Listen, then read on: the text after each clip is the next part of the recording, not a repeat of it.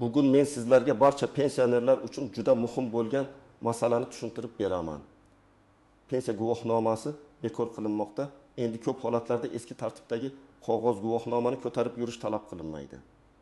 Bu xabar ayniqsa yosh katta insonlar, nogironligi bo'lgan fuqarolar, boquvchisini yo'qotganlik pensiyasini oluvchilar, shuningdek pensioner ota-onasining hujjat ishlarini yuritadigan farzandlar uchun nihoyatda muhim. Chunki bitta kichik hujjat masalasi sababli ba'zan odamlar dorixonada, shifoxonada, transportda, bankda yoki davlat idorasida ortiqcha sarson bo'lib qoladi. Shuning uchun videoni oxirigacha ko'ring. Men bugun sizga avval qanday edi, endi nima o'zgardi? Kimlar xavotir olishi kerak? Kimlar bemalol bo'lishi mumkin? Qaysi joylarda muammo chiqishi ehtimoli bor? Qanday hujjatlarni tayyorlab qo'yish kerakligini oddiy tilda tushuntiraman. Kanalga hoziroq obuna bo'ling, videoga like bosing, chunki bunday ma'lumotlar har bir oilaga kerak bo'ladi. Avvalgi tartibda ko'pchilik pensionerlar pensiya olishini tasdiqlash uchun pensiya guvohnomasidan foydalanardi. Ya'ni pensioner odam biror joyda o'z maqomini isbotlamoqchi bo'lsa, masalan, imtiyozli xizmatdan foydalanmoqchi bo'lsa, qo'lida guvohnoma bo'lishi kerak edi. Bu guvohnoma odatda qog'oz yoki kichik kitobcha ko'rinishda bo'lgan. Unda fuqaroning familiyasi, ismi, otasining ismi, pensiya turi, ayrim hollarda tayinlangan sana va boshqa ma'lumotlar ko'rsatilgan bo'lardi. Lekin amaliyotda bu tartib ko'p noqulaylik tug'dirgan. Men bunga ko'p guvoh bo'lganman. Masalan, bir pensioner ayol dorixonaga boradi. Unga ma'lum dori vositasi bo'yicha chegirma yoki imtiyoz kerak bo'ladi. Dorixona xodimi esa "Peni guvohnomangiz bormi?" deb so'raydi. Ayol pasportni ko'rsatadi, lekin guvohnomasi uyda qolgan bo'ladi. Natijada u yana uyga qaytadi yoki imtiyozdan foydalana olmaydi. Yana bir misol, keksa ota transportda yoki sanatoriyga yo'llanma masalasida pensiya olishni tasdiqlash kerak bo'ladi. Lekin guvohnoma eskirib ketgan. Yozuvlar o'chgan yoki yo'qolgan bo'ladi.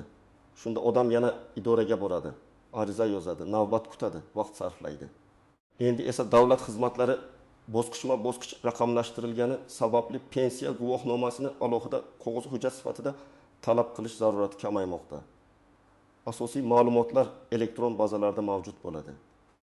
Ya'ni fuqaroning pensiya oluvchi yoki olmasligi, pensiya turi, tayinlangan sanasi va boshqa zarur ma'lumotlar tegishli tizimlar orqali aniqlanishi mumkin. Bu nimani anglatadi? Bu shuni anglatadiki, pensioner odam har doim cho'ntagida alohida pensiya guvohnomasini olib yurishga majbur bo'lmasligi kerak. Ko'p holatlarda shaxsni tasdiqlovchi hujjat, ya'ni pasport yoki ID karta orqali ma'lumot tekshiriladi. Lekin bu yerda juda muhim nuqta bor. Pensiya guvohnomasi bekor qilinmoqda degani pensiyaning o'zi bekor qilinadi degani emas. Ayrim odamlar xabarni eshitib vahimaga tushadi. Endi pensiyamiz to'xtaydimi? Guvohnoma bo'lmasa. Pul berilmaydimi? Bank kartaga pensiya tushmay qoladimi? Yo'q, bunday emas. Guvohnoma bu faqat tasdiqlovchi hujjat edi. Pensiya esa fuqaroning qonuniy huquqi, mehnat staji, yoshga doir mezonlar.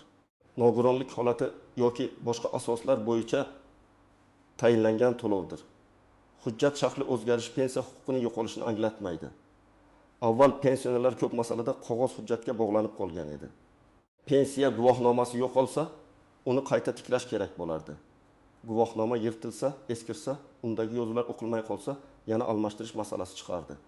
Ayrim hollarda familiya o'zgargan bo'lsa, masalan, ayol kishi turmushga chiqqan yoki hujjatlar yangilangan bo'lsa, guvohnomadagi ma'lumot bilan pasportdagi ma'lumot mos kelmay qolishi mumkin edi. Bunday paytda xizmat ko'rsatuvchi tashkilot xodimi ikkilanardi. Bu odam haqiqatan ham shu pensionermi yoki yo'qmi? Shundan keyin odamdan qo'shimcha ma'lumotnoma so'ralardi. Endi o'zgarishning asosiy maqsadi shundan iboratki, pensioner maqomi qog'oz guvohnomaga emas, elektron ma'lumotlarga tayanadi. Fuqaro pensiya oluvchilar bazasida bo'lsa, uning holati tizim orqali aniqlanishi mumkin. Bu davlat idoralari o'rtasida ma'lumot almashinuvi yaxshilanishi, ortiqcha qog'ozbozlik kamayishi va pensionerlarning sarson bo'lishi kamayish uchun qilinmoqda. Masalan, ilgari bir kishi pensiya olishini tasdiqlash uchun pensiya bo'limidan ma'lumotnoma olib kelishi kerak bo'lgan bo'lsa, endi ayrim xizmatlar buni elektron tarzda tekshirishi mumkin. Oldin fuqaro men pensionerman deb aytsa, undan guvohnoma so'ralardi. Endi esa ID kartangizni bering, tizimdan tekshiramiz degan tartib kuchayadi. Bu juda katta farq. Chunki qog'oz hujjat yo'qolishi mumkin. lekin elektron bazadagi ma'lumot saqlanadi. Lekin men mutaxassis sifatida shuni ham aytaman. Har qanday yangi tartib amaliyotga kirganda dastlab tushunmovchiliklar bo'lishi mumkin. Bir idora xodimi yangi tartibni biladi. Boshqasi hali eski odat bo'yicha guvohnoma so'rashi mumkin. Bir hududda tizim yaxshi ishlaydi. Boshqa hududda internet yoki dasturiy muammo sababli tekshiruv sekin kechishi mumkin. Shuning uchun pensionerlar ham, ularning farzandlari ham yangi tartibni bilishi, lekin ehtiyot choralarini ham ko'rish kerak. Eng avvalo, pensiyasi bank kartasiga muntazam tushib turgan, shaxsiy hujjatlari joyida bo'lgan, pasporti yoki ID kartasi amal qilayotgan pensionerlar katta xavotir olmasligi kerak. Agar siz har oy pensiyangizni vaqtida olayotgan bo'lsangiz, telefoningizga bankdan SMS kelayotgan bo'lsa yoki bankomatdan pul yechayotgan bo'lsangiz, demak sizning pensiya ma'lumotlaringiz tizimda bor. Guvohnoma shaklining bekor qilinishi sizning oylik pensiya pulingizni avtomatik to'xtatib qo'ymaydi. Masalan, Toshkent shahrida yashaydigan 50 yoshli Ahmad aka har oy 20 million 200 ming so'm pensiya oladi deylik. Uning pensiyasi plastik kartaga tushadi. Ahmad akaning ID kartasi bor, bank kartasi ishlayapti. Pensiya har oy kelyapti. Bunday holatda Ahmad aka guvohnomam endi kerak emas ekan, pensiyam yo'q qolib qoladimi? deb xavotir olmasligi kerak. Unga eng muhim narsa shaxsni tasdiqlovchi hujjati va bank kartasi tartibda bo'lishidir. Lekin ayrim toifadagi insonlar ehtiyotkor bo'lishi kerak.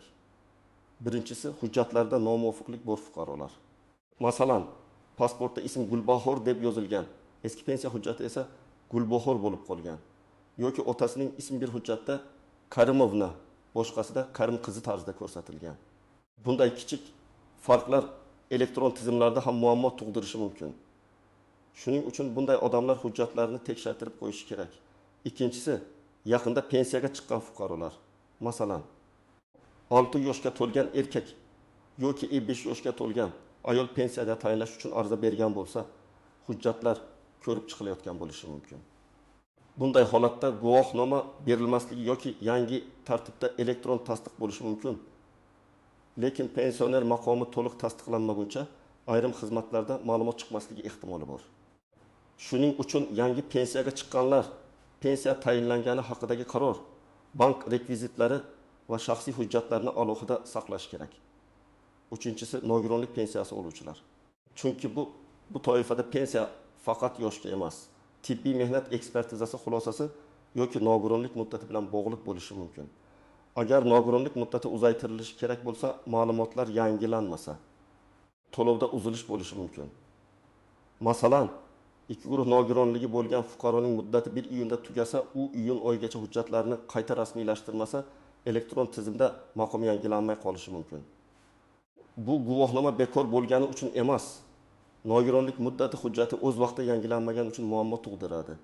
To'rtinchisi, pensiyasini boshqa odam orqali oladiganlar. Ba'zi pensionerlar yoshi katta, kasal yoki yurishga qiynaladi.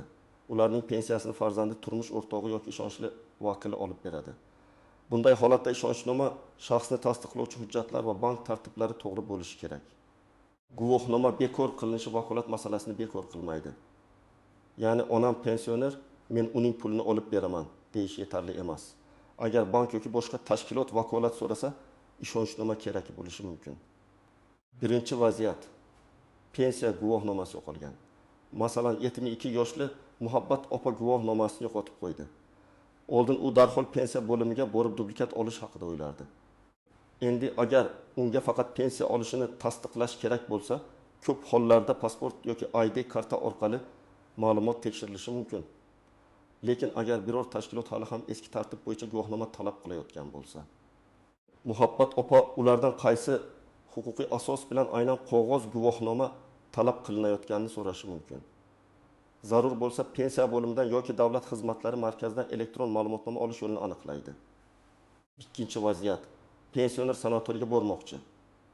Masalan, Rustam aka yurak xastaligi sababli sanatoriyaga yo'llanma olmoqchi. Unga pensioner ekanini tasdiqlash kerak bo'lishi mumkin. Agar tegishli tashkilot elektron bazadan tekshira olsa, alohida guvohnoma shart bo'lmasligi mumkin. Lekin tibbiy hujjatlar, shifokor xulosasi, pasport va pensiya tayinlangani haqidagi ma'lumot kerak bo'lishi ehtimoli bor. Shuning uchun bunday holatda faqat guvohnoma bekor bo'libdi deb qo'l qovushtirib o'tirmaslik kerak. Qaysi xizmat uchun qaysi hujjat kerakligini oldindan so'rash kerak. Uchinchi vaziyat, bankda muammo chiqdi. Masalan, pensioner bankka borib kartasini almashtirmoqchi. Bank xodimi undan pensiya guvohnomasini so'radi. Bunday vaziyatda pensioner yoki uning farzandi muloyimlik bilan hozir pensiya oluvchi maqomi elektron tizim orqali tekshiriladimi? Men ID kartamni taqdim etaman deb so'rashi kerak. Agar xodim baribir guvohnoma talab qilsa, bo'lim boshlig'idan tushuntirish so'rash mumkin. Chunki ko'p hollarda bank uchun eng asosiy hujjat shaxsni tasdiqlovchi hujjat va mijozning bank hisobvarag'i bo'ladi. 4-vaziyat. Qishloq joyda internet yoki tizim ishlamayapti.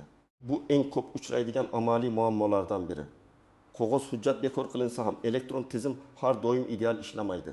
Masalan, tuman markazidagi idorada internet sekin, xodim bazaga kira olmayapti. Shunda pensionerga ertaga keling deyishlari mumkin. Bunday holatlarda men pensionerlarga hujjatlarning nusxalarini, pensiya kartasi ma'lumotlarini, shaxsiy pasport yoki ID karta nusxasini uyda tartibli saqlashni maslahat beraman. Bu hujjatlar muammoni tezroq hal qilishga yordam beradi. Eng muhim, nozik gap shuki, qog'oz pensiya guvohnomasi bekor qilinishi barcha joyda ham bir kunda bir xil ishlaydi degani emas. Qonuniy yoki ma'muriy tartib o'zgargan bo'lishi mumkin, lekin joylardagi amaliy asta-sekin moslashadi. Shu sababli ayrim xodimlar hali eski talablarni qo'yishi mumkin. Bu vaziyatda janjal qilish kerak emas, lekin o'z huquqingizni bilib, aniq savol berish kerak. Yana bir muhim jihat, ayrim imtiyozlar pensionerlik maqomiga emas, boshqa alohida maqomga bog'liq bo'lishi mumkin. Masalan, oddiy yoshga doir pensionerlik bir imtiyoz beradi. Nogironlik alohida imtiyoz beradi. Urush qatnashchisi yoki unga tenglashtirilgan shaxs maqomi boshqa imtiyoz beradi. Yolg'iz keksalar uchun ijtimoiy xizmatlar yana boshqa tartibda berilishi mumkin. Shuning uchun men pensionerman, demak hamma imtiyoz menga tegishli deb o'ylash to'g'ri emas. Har bir imtiyozning o'z sharti bor. Misol uchun 65 yoshli odam pensiya oladi, lekin bepul dori-darmon olish huquqi hamma pensionerlarga avtomatik berilmasligi mumkin. Ba'zi dorilar faqat ma'lum kasalliklar bo'yicha shifokor ko'rsatmasi bilan yoki alohida ro'yxat asosida beriladi. Demak, pensiya guvohnomasi bo'lmasligi dori olishga to'sqinlik qilmasligi kerak. Lekin dori uchun boshqa tibbiy hujjatlar zarur bo'lishi mumkin. Yana bir nozik masala elektron bazadagi xato. Ba'zan fuqaro pensiya oladi, lekin tizimda ma'lumoti noto'g'ri ko'rinadi yoki umuman chiqmaydi. Bunga sabab familiya xatosi, tug'ilgan sana noto'g'ri kiritilgani, eski pasportdan yangi ID kartaga o'tishda ma'lumot yangilanmagani, bank ma'lumotlaridagi nomuvofiqlik bo'lishi mumkin. Bunday vaziyatda odam mening pensiyam bekor bo'ldi deb vahimaga tushmasligi kerak. Bu texnik yoki ma'lumot bazasidagi muammo bo'lishi mumkin. Uni tegishli idoraga murojaat qilib tuzatish kerak. Yana bir ehtiyot bo'ladigan jihat. Firibgarlar har safar pensiya, nafaqa, kompensatsiya yoki hujjat o'zgarishi haqida xabar tarqalsa, firibgarlar faollashadi. Ular telefon qilib, pensiya guvohnomangiz bekor bo'ldi, yangisini rasmiylashtirib beramiz. Kartangizni tasdiqlash kerak. SMA kodni ayting, pul to'lasangiz pensiyangiz oshadi deyishi mumkin. Men buni alohida ta'kidlayman. Hech kimga bank kartangizning PIN kodini, SMS kodini, pasport ma'lumotlaringizning suratini, plastik karta raqamini to'liq yubormang. Davlat idoralari telefon orqali SMS kod so'ramaydi. Pensiyani oshirish, tiklash yoki guvohnoma masalasini pul evaziga tezlashtirib beraman degan odamlardan ehtiyot bo'ling. Endi eng kerakli qismga o'tamiz. Siz hozir nima qilishingiz kerak? Men buni bosqichma-bosqich tushuntiraman. Birinchi qadam, shaxsni tasdiqlovchi hujjatingizni tekshiring. Pasportingiz yoki ID kartangiz amal qilish muddati tugamagan bo'lishi kerak. Ism, familiyangiz, tug'ilgan sanangiz, yashash manzilingiz to'g'ri ko'rsatilganini tekshiring. Agar pasport eski bo'lsa yoki ID karta olish kerak bo'lsa, migratsiya va fuqarolikni rasmiylashtirish bo'limiga murojaat qiling. Chunki yangi tartibda pensiya maqomini tekshirishda aynan shaxsiy hujjat asosiy kalit vazifasini bajaradi. Ikkinchi qadam, pensiyangiz tushadigan bank kartasini tekshiring. Karta muddati tugamaganmi? SMS xabarnoma ishlayaptimi? Kartangiz bloklanmaganmi? Bankdagi telefon raqamingiz hozir ishlatayotgan raqamingizmi? Ko'p pensionerlar bankka eski telefon raqamini biriktirib qo'ygan bo'ladi. Keyin karta bo'yicha muammo chiqsa, tasdiqlash kodi eski raqamga ketadi. Shuning uchun bankka borib telefon raqamingizni yangilab qo'yish foydali. 3-qadam, hujjatlar papkasini tartibga keltiring. Uyda alohida papka qiling. Unga pasport yoki ID karta nusxasi, pensiya tayinlangani haqidagi qaror yoki ma'lumotnoma bo'lsa nusxasi. Bank kartasi shartnomasi yoki hisob raqam ma'lumotlari. Nogironlik bo'lsa tibbiy xulosa, ishonchnoma bo'lsa uning nusxasini joylang. Bu hujjatlarni har kuni ko'tarib yurish shart emas, lekin uyda tartibli saqlansa. Kerak bo'lganda test topiladi. 4-qadam, ma'lumotlaringiz mosligini tekshiring. Agar sizda eski pensiya guvohnomasida bir xil, pasportda boshqa xil yozuv bo'lsa, buni e'tiborsiz qoldirmang. Masalan, tug'ilgan sana 12 mart o'rniga 1 mart bo'lib qolgan bo'lsa yoki familiyada bitta harf farq qilsa, keyinchalik tizimda muammo bo'lishi mumkin. Bunday holatda pensiya bo'limiga, davlat xizmatlari markaziga yoki tegishli idoraga borib, ma'lumotni to'g'rilash tartibini so'rang. 5-qadam, biror tashkilot sizdan pensiya guvohnomasini talab qilsa, muloyim va aniq harakat qiling. Avvalo elektron bazadan tekshirish imkoniyati bormi deb so'rang. Keyin, agar aynan qog'oz guvohnoma kerak bo'lsa, qaysi hujjat yoki qoidaga asosan talab qilinyapti deb so'rang. Agar xodim javob bera olmasa, rahbar yoki mas'ul mutaxassis bilan gaplashishni so'rang. Bu yerda maqsad tortishish emas, muammoni qonuniy va tinch yo'l bilan hal qilish. 6-qadam, agar pensiyangiz kelmay qolsa, darhol sababini aniqlang. Bir oy pensiya tushmasa, guvohnoma bekor bo'lgani uchun shunday bo'ldi deb o'ylamang. Sabab bank kartasi muddati tugagani, hisob bloklangani, hujjat yangilanmagani. Nogironlik muddati o'tib ketgani yoki texnik xatolik bo'lishi mumkin. Avval bankdan kartani tekshiring, keyin pensiya bo'limiga murojaat qiling. Murojaatda familiya, ism, otasining ismi, tug'ilgan sana, yashash manzili, telefon raqam va muammoni aniq yozing.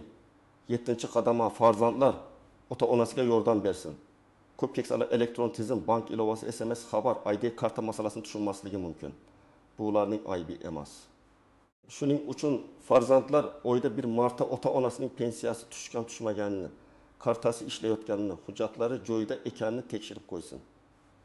Ayniqsa yolg'iz yashaydigan pensionerlar e'tibordan chetda qolmasligi kerak. Agar sizga pensiya bo'yicha umumiy ma'lumot kerak bo'lsa, yashash joyingizdagi pensiya jamg'armasi bo'limiga murojaat qilishingiz mumkin.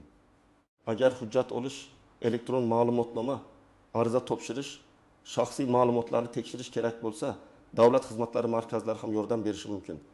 Agar muammo bank kartasi, pul yechish, karta muddati yoki hisob raqami bilan bog'liq bo'lsa, pensiya tushadigan bank filialiga boring. Agar nogironlik bilan bog'liq pensiya bo'lsa, tibbiy hujjatlar va ekspertiza xulosalari bo'yicha tegishli tibbiy muassasa yoki vakolatli komissiyaga murojaat qilish kerak. Murojaat qilayotganda aniq yozing. Masalan, men falonchi, tug'ilgan sanam falon. Yashash manzilim falon. Menga yoshga doir pensiya tayinlangan. Pensiya guvohnomasi bekor qilinishi munosabati bilan pensiya oluvchi maqomini tasdiqlovchi elektron ma'lumotni qanday olishim mumkin? Yoki bankda mendan pensiya guvohnomasi talab qilindi. Elektron bazadan tekshirish imkoniyati bor yo'qligini tushuntirib berishingizni so'rayman. Shunday aniq yozilgan murojaatga javob olish osonroq bo'ladi. Demak, asosiy xulosa shuki, pensiyasi guvohnomasining bekor qilinishi pensiyaning bekor qilinishi degani emas. Bu qog'ozbozlikni kamaytirish, ma'lumotlarni elektron tarzda tekshirish va pensionerlarni ortiqcha sarson qilmaslik uchun qilinayotgan o'zgarishdir. Lekin amaliyotda muammo chiqmasligi uchun har bir pensioner pasport yoki ID kartasini, bank kartasini, tibbiy hujjatlarni va shaxsiy ma'lumotlarning to'g'riligini tekshirib qo'yish kerak. Men sizga tavsiya qilaman. Bugunoq ota-onangizning yoki o'zingizning hujjatlaringizni bir ko'zdan kechiring. Pensiya muntazam tushyaptimi? Karta ishlayaptimi? Pasport muddati tugamaganmi? Ma'lumotlarda xato yo'qmi? Shularni tekshiring. Agar biror joyda sizdan eski pensiya guvohnomasini talab qilsa, darhol vahimaga tushmang. Elektron tekshiruv yoki rasmiy ma'lumotnoma yo'lini so'rang. Sizning hududingizda pensiya guvohnomasi bo'yicha qanday holatlar bo'lyapti? Bankda, dorixonada, shifoxonada yoki boshqa joyda sizdan hali ham guvohnoma so'rashdimi? Fikringizni izohlarda yozib qoldiring. Video foydali bo'lgan bo'lsa, albatta like bosing. Kanalga obuna bo'ling va ushbu ma'lumotni pensioner ota-onasi, bobosi, buvisi yoki tanishlari bor odamlarga yuboring.